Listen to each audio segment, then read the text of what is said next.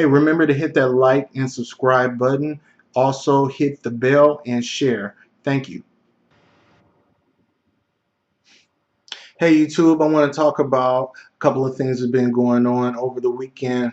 There was a channel called Lioness of Judah, and she had basically a whole 10-hour marathon session um, on live, and I just happened onto it because you get notifications, you get different things, and then you see a live program. Then I heard all these people talking shit. It was like eight people talking shit all at the same time, really talking about different people. But I came in on a shouting match, so I had to wait till the next day to really see what was actually going on. But what happened was is that Tasha K got on the line. Tasha K, a lot of people don't know who she is, but a lot of people do, depending on what type of person um, is interested in the content that she creates.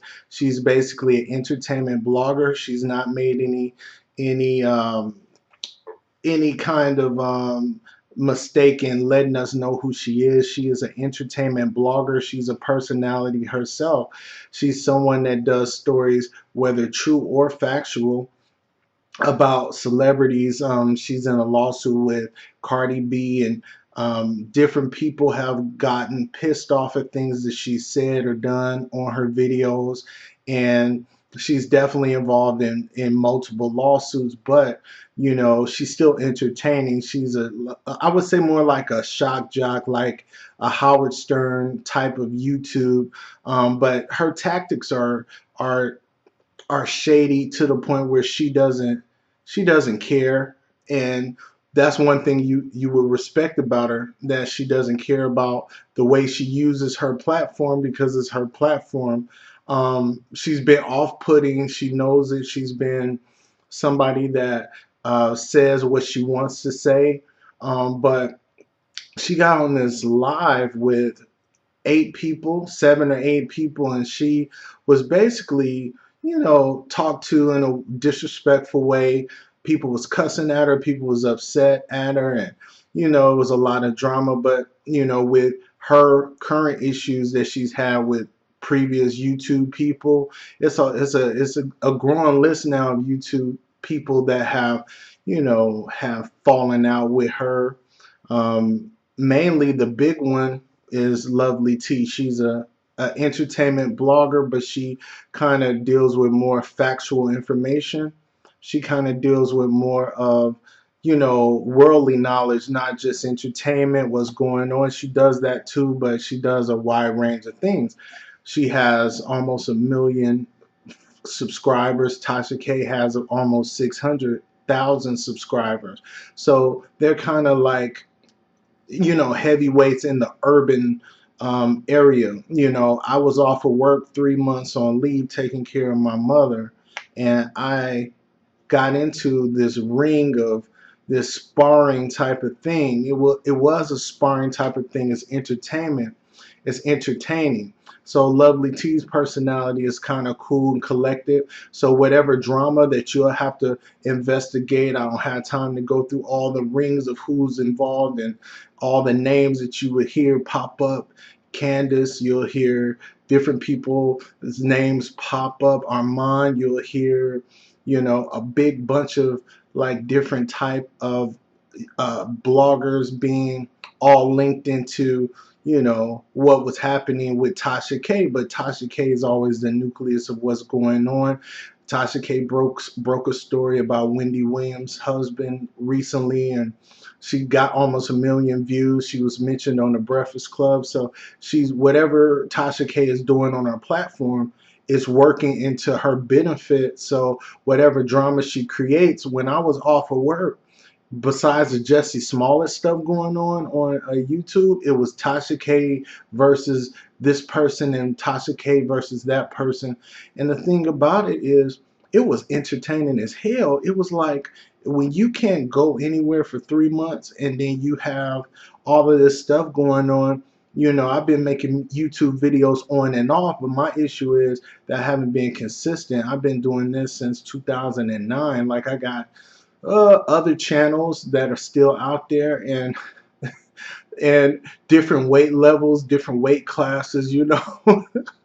So as far as, having, I feel like I've been on YouTube 10 years, honestly, but I haven't been consistent. Like, I'll start a channel, I'll do it, then my life get busy. I'm a writer. I'm a real writer. I have books coming out. I write movie scripts and different things like that. But this type of stuff entertains me. But it was let's say if we looked at Endgame, it was like the Endgame of all the drama that's been happening with all the beefs. So what I liked about, which I never experienced with YouTube, after all the years I've been on it and watching YouTube, I never experienced connections, finding the connection, finding one video that gives you a little information, then you goes to another one. So if Tasha K did a video about something, somebody will make a video about why they didn't like that video, and then Tasha K will say something, and then you go back to that video, and it got real messy and fun. And sometimes we need that. Sometimes we need that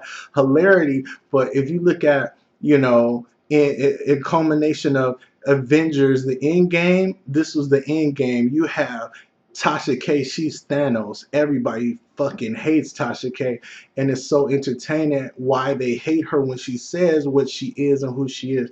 I've subscribed and unsubscribed to her. I've watched other channels that made me actually unsubscribe to her, and I subscribe to them, but then I end up going back to Tasha K because she got something going on. I'm kind of where I'm not. I like other YouTubers better than Tasha K, but Tasha K is doing the most out of all of them to make me say, well, let me go back and see what she's talking about. And a lot of her information is not factual. It's not true. But then she does have more of, it seems like, a following, and whether she's telling the truth or not, the truth is that she's just an entertainment blogger. Her personality is what you actually are watching. You shouldn't want to watch her. She's not Barbara Walters. She's not Oprah Winfrey.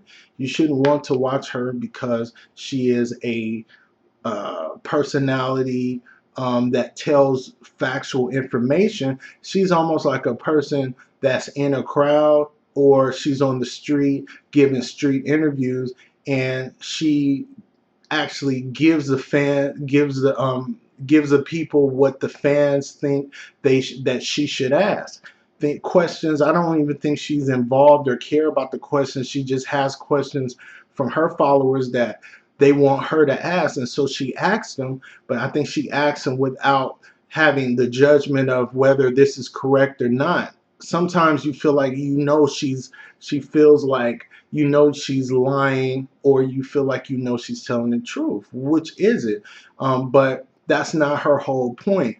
Her whole kickoff was with the Star Marie interview that really, put this whole YouTube thing and turn the cameras on the bloggers. I feel like for the urban bloggers, I'm not going to put her in the league of FloozyTube or, Shane Dawson when they got like 10 or 20 million views. I'm talking about the urban community that gets big views, but I feel like she basically went nuclear and allowed bloggers that are small, channels like mine. I started this channel, but it's really for purposes of promoting my writing, and purposes of talking about things or having opinions. I don't dig up information like the whole situation. I suggest you find it like I did, one video to the next, and all of a sudden you know all the information after watching videos relating to either one scenario or one person,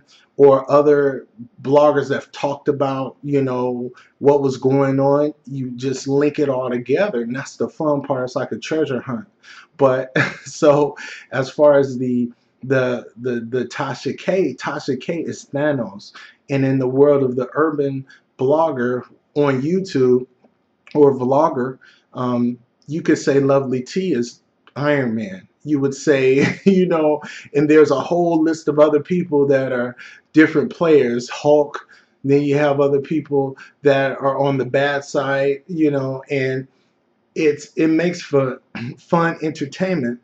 It really does. But then, you know, at the end of the day, you get serious after that culmination on that long live chat that was 10 hours, which I didn't listen to all of it. I just caught the parts where the heat was on Tasha K. Everybody was jumping in and shouting at her, cussing at her, because they feel wronged by her. They feel like at points that they were friends, and then she turned on them. She made it just business when they thought it was a friendship there, or lies were told from Tasha K, or truths that they really haven't agreed on which is which. But the problem is when they make videos before they actually get on the phone, when you don't put it all together, everything is all good for entertainment.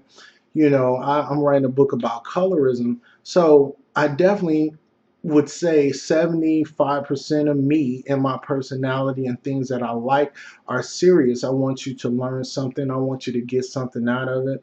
But when you're looking at the messiness and the fun, leisurely activities of trying to find out what was going on with people's business and what they were talking about with celebrities and things like that, time passes by a lot of the time.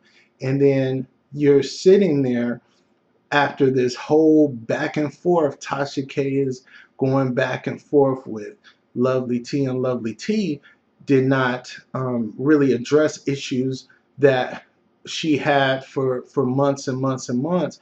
And this is everybody in that community's chance to see what she has to say. And when she spoke, she was very angry and she was shouting and she was getting her point across. She had a lot to say. So everything she said was valid. But as far as just the Tasha K is the enemy and everything, everybody is taking it personal. And it shouldn't be personal, because a lot of these people don't know each other for real. They're on YouTube making videos. They might talk on the phone or they might email each other, but it's really a business thing. People on YouTube to make money, and people like me are in hopes to make money. Sure, I want to make some extra money on the side. I have a good job, but I always like to make money. And plus I want to promote my books, Scared of Light, The Dream Memoirs of Russell Banks, available everywhere through ebook or paperback, Amazon or Barnes and Nobles. My website is Scared of Light. That's a plug. So things like that. I definitely want to use YouTube as a platform, but when you have all of Tasha K's enemies in the same room, and then you hear the venom that's coming out of normally civilized people, normally people that have respect and in the way that they speak, and having everything turn, and Tasha K's just soaking it all in. I credit her for her not hanging up the phone, no matter, even if she felt like she didn't want to feel like she was a punk for leaving, but she stood up and she asked for the heat, she asked for the smoke, and she got it. But she didn't back down, she didn't waver. She still told her story and what she felt was right or wrong. It was no resolution, but at the end of the day, you have a bunch of black women that are beautiful, all different shades, all different sizes, and they're all business women. They're business minded women. They have a lot to offer. They have a lot to give to the world. But when you don't have the resolution, sure, give us the entertainment, give us the messiness, give us all the drama that entertains us, because we all have our own lives, and sometimes that's an escape.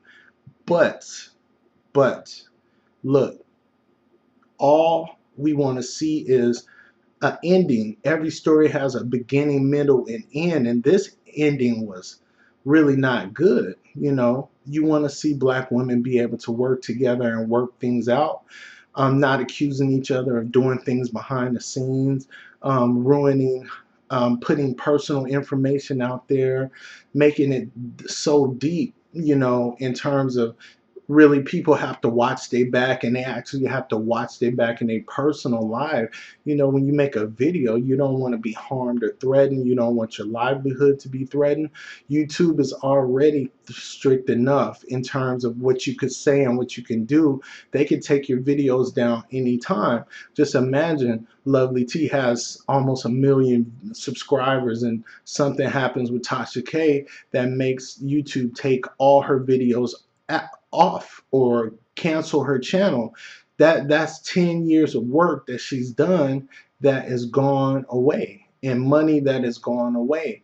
It would be nice for them to work together, like to see a Tasha K and Lovelyti do a video together, like do something fun like Charlemagne and Joe Budden do a year-end countdown, something that shows that Black women can work together and show the rest of the world. This is an example that we have. I mean, you can have the messiness, and you guys can plot. So everybody says Tasha K plots.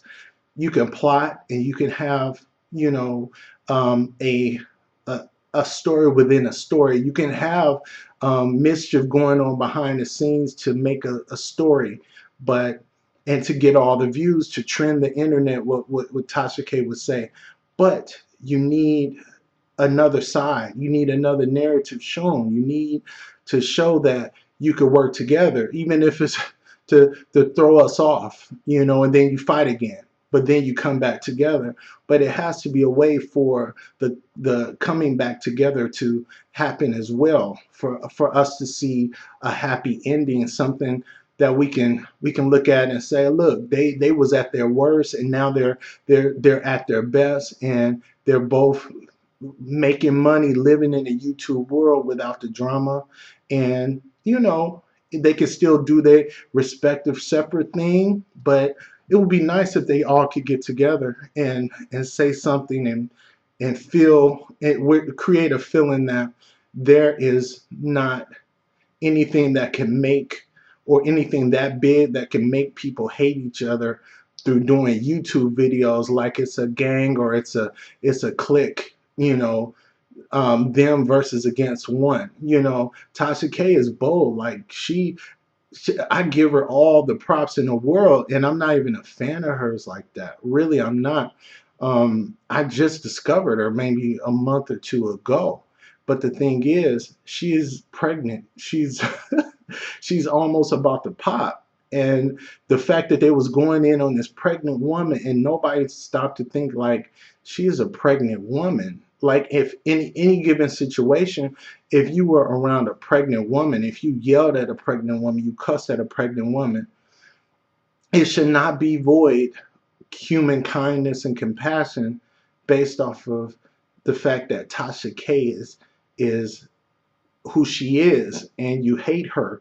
It should be some kind of compassion, because a lot of people that were upset with her were mothers. So I'm just surprised at how far they were willing to go and what they were willing to say and how Tasha handled it. But I don't think that still helps out her baby, the stress and everything going on. So, you know, we can have some messiness and drama. That's the whole moral of the story. You can have some fun. You could talk shit. You could do that every now and then. You could be with your friends and talk about people. And as long as it's good-hearted fun and it's not taken too seriously. But these people are all making money, and they're all getting thousands of views. A lot of them were feeding off of Tasha K. I wanted to jump in and make a Tasha K video, but I didn't know enough about the situation. I still don't. I can't really tell you who mad at who for what and why. I just know that it just was a lot of drama going on. You would have to fish it out, but that was the fun part, fishing it out, like who did what and watching videos. That's how I found the whole 10-hour marathon. But of course I didn't stay the whole 10 hours, but it was a lot of stuff going on, and Lioness of Judah almost blew that, because it's almost like that was an exclusive to have Tasha K try to get in on your hangout session through Google, to have her just keep asking. She didn't give up. And now seeing that, I see why Tasha K is successful, because she was so persistent for the smoke. She wanted that smoke. Like she got views, but she was like ready to, even if that's her tactic, to go to smaller YouTubers to create drama. She really succeeded. And now this is probably going to feed a lot more YouTubers in the next 2 to 3 weeks, because this was an epic thing that the Lioness of Judah almost blew, because she was like, I don't want to let you on my Google Hangout. And the people that were on the live with her were downplaying it. I was trying to figure out the live. I'm done to this. Like, I'm like, why do I see 8 or 9 faces? Like, where are they? I thought it was like live was one-on-one. I didn't know all of this about hanging out, Google Hangout, whatever. It seems complicated, but it was just like she was asking for the smoke. She was like, let me call in, let me hang out, let me do all of this. And she did not give up. And she stood there and took it like a champ. I have more respect for her than I did before that, because I thought I would have just like, look, I ain't got time for this, I'm gonna hang up. But she did not hang up. She stayed in there. She stuck it out, and she welcomed all the questions except for legal questions that of lawsuits she's involved with. But you got to give it up, and you don't have to be a fan. But there's other people that you'll be fans of that are in the same kind of boat of celebrity news and this and that. And it's like they all take something from each other. They all could help each other more, but this way of helping each other is more like beefing. Like, I'll beef and I'll get views. I'll beef with this person, I'll get views. I'll say something sarcastic.